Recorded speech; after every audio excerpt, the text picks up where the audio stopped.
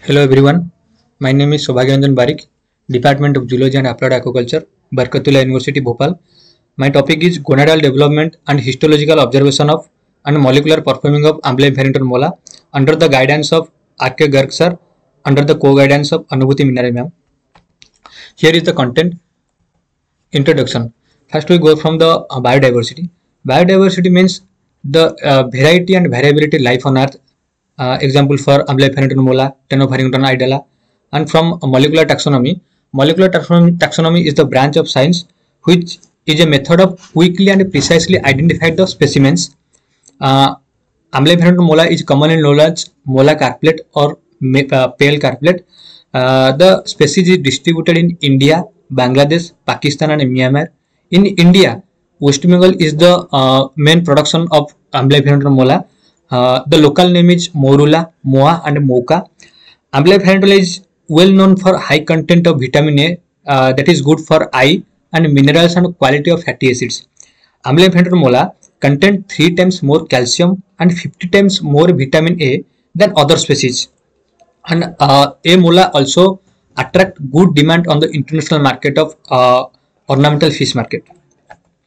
Here is the scientific classification: Kingdom Animalia, Phylum Chordata, Subphylum Vertebrata, Superclass Granthostoma, Class Actinopterygii, Order Cypriniformes, Family Cyprinae, Genus Amblyopharyngeton Farrington, Species A mola.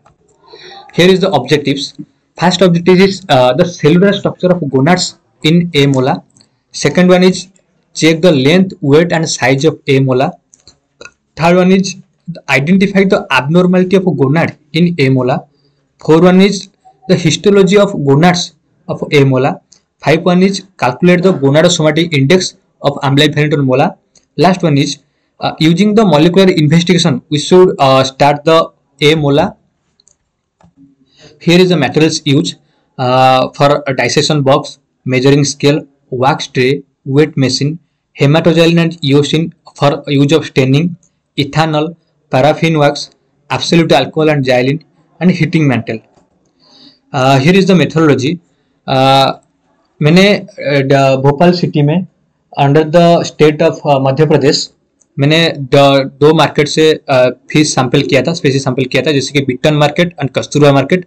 ये मैंने सितंबर और अक्टूबर में Bhopal market से collect किया था. उसके बाद मैंने पूरा 75 स्पेसीज का पूरा लेंथ एंड वेट को मेजरमेंट किया. जैसे कि अप्रोक्स मैंने पाया total length 0.1 cm and total body weight nearest of 0.01 gram for the measuring weight balance machine. उसके बाद हमने फिश को कलेक्शन कर दिया. उसके बाद हम डाइसेशन करेंगे. उसके बाद थर्ड प्रोसेस है फिक्सेशन. फिक्सेशन हम क्यों करते हैं? The aim of fixation is prevent autolysis and bacterial contamination, basically the bacterial contamination. And the second one is maintain as close as possible to the natural structure. जैसे कि हमने पहले gonad को dissect किया, उसमें जो भी स्ट्रक्चर था वो हमारा चेंजेस ना हो, इसीलिए हम फिक्सेशन में रखते हैं. उसके बाद हम ज्यादातर टिश्यू रेजिस्ट करते हैं, ज्यादातर प्रोसीड्योर्स, स्टेन्स एंड केमिकल्स के लिए. उसको फिक्सेशन कर लिया. उसके बाद हमने ग्रसिंग करेंगे. Grossing is simply tissue cutting, physical examination of a large tissue और abnormal tissue cutting into small pieces. Basically tissue cutting, हम टिश्यू को कटिंग करेंगे स्मॉल पीसेस में, दैट इज कॉल्ड ग्रसिंग. उसके बाद आता है डिहाइड्रेशन. डिहाइड्रेशन हम क्यों करते हैं? जैसे कि फिक्सेसिट में टाइम में हमने जिस वाटर को डिजल्व करके रखा था, डिहाइड्रेशन करके रखा था फिक्सेशन में प्रोसेस में, उस फिक्सेटिव को हम निकालने के लिए कुछ हम अल्कोहल और एसीटोन यूज करते हैं. उस प्रोसेस को हम बोलते हैं डिहाइड्रेशन. जैसे कि बेसिकली टिश्यू से वाटर को निकालने के लिए ये प्रोसेस हम यूज करते हैं. उसके बाद क्लियरिंग. जैसे कि हमने देखा कि डिहाइड्रेशन में हमने इथाइल अल्कोहल और एसीटोन को यूज किया था फॉर डिहाइड्रेशन के लिए. उसी प्रोसेस को, उस इथाइल अल्कोहल और एसीटोन को हटाने के लिए टिश्यू से हम क्लियरिंग प्रोसेस यूज करेंगे. Use of xylene in the majority of the laboratory. उसके बाद आता है इम्प्रेग्नेशन. इम्प्रेग्नेशन हम क्यों यूज करते हैं? बेसिकली जो हमने टिश्यू के अंदर जो पैराफिन वैक्स को हमने रिप्लेस किया था, उस पैराफिन वैक्स को टिश्यू से रिमूव करने के लिए हम इम्प्रेग्नेशन, कुछ एजेंट, क्लियरिंग एजेंट होता है, उसको हम यूज करते हैं. उसके बाद आता है एम्बेडिंग. एम्बेडिंग क्या होता है, जैसे कि इमेज में दिखाई देता है, ये जो एल मोल्ड का एक डाइज होता है, उस डाइज के जरिए हम उसमें पैराफिन वैक्स का यूज करके हम जो पहले ग्रॉसिंग के टाइम में छोटे छोटे टुकड़ों में जो हम काटे थे टिश्यू को, उसको हम पैराफिन वैक्स के अंदर हम रखेंगे, जैसे कि हम टिश्यू कटिंग के लिए हमको अच्छा हो। उसके बाद microtomy. Microtomy is normally section cutting. ये हम क्या करेंगे कि जैसे कि हमने माइक्रोटोमी यूज करके टिश्यू को हम स्मॉल स्मॉल कटिंग में हम यूज करते हैं, जैसे कि हमने यूज किया है ब्लेड्स। इस ब्लेड्स का थीन है 3 to 5 माइक्रोन। इस ब्लेड्स के जरिए हम छोटे छोटे टुकड़ों में ग्लासवेयर में रखेंगे। उसके बाद हम आता है स्टेनिंग प्रोसेस। बेसिकली इसको बोला जाता है कि H&E स्टेनिंग। क्यों?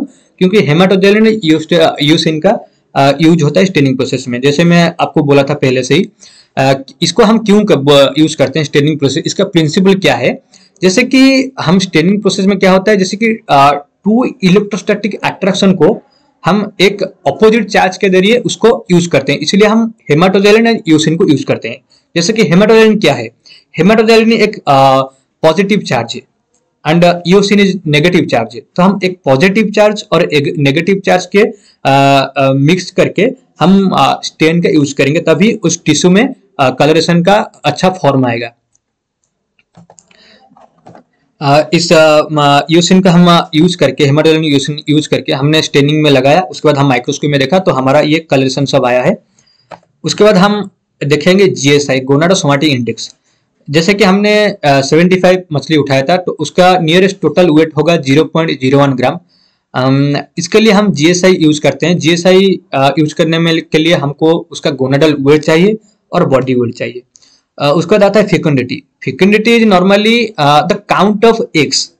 The egg were counted from the 3 subsample method and absolute fecundity is calculated by the formula of F is equals to N G by G. F is equal to absolute fecundity, N is equal to average number of ova in the subsample. G is the total weight of ovary, G is the weight of subsample. Here is the DNA isolation. Basically ये एक molecular part है। DNA isolation use करके हम molecular performing कर सकते हैं। इसका जैसे कि हमने देखा है, इस जो प्रोटोकॉल है DNA आइसोलेशन, इसको प्रोवाइड किया है जनार्दन एंड विंसेंट 2007 में। इसका हम एक्सट्रैक्शन, जो जीनोमिक DNA एक्सट्रैक्शन के लिए हम कुछ रिएजेंट यूज करते हैं, जैसे कि HCl, trees HCl, EDTA, NaCl, SDS and P माइक्रोपेप्टाइडन। Here is the several steps we should follow extract the DNA from the tissue sample. First one is genomic DNA isolation. उसके बाद DNA isolation के बाद हम एक select करेंगे एक barcoding gene के लिए। उसके बाद हम बारकोडिंग का एप्लीकेशन करेंगे। एप्लीकेशन मतलब उसको मल्टीपल कॉपी बनाएंगे। उसके बाद हम जेल इलेक्ट्रोफोरेसिस करेंगे। उस जेल इलेक्ट्रोफोरेसिस को हम डॉक्यूमेंटेशन बना के DNA इमेज बनाएंगे, जो कि इसके आगे है। और उसके बाद हम सीक्वेंसिंग बनाएंगे और उस सीक्वेंसिंग को सबमिशन करने के लिए हम डिफरेंट डाटाबेस का यूज करेंगे। जैसे कि ये हमारा DNA एक्सट्रैक्शन आया है, जैसे कि normally 20 to 60 μmg/L with the ratio of 1:8 is good for extractogenic. If less than 1:8, it indicate RNA contamination, that is called low molecular weight. If 1:8 more than, then it indicate protein contamination, that is called high molecular weight.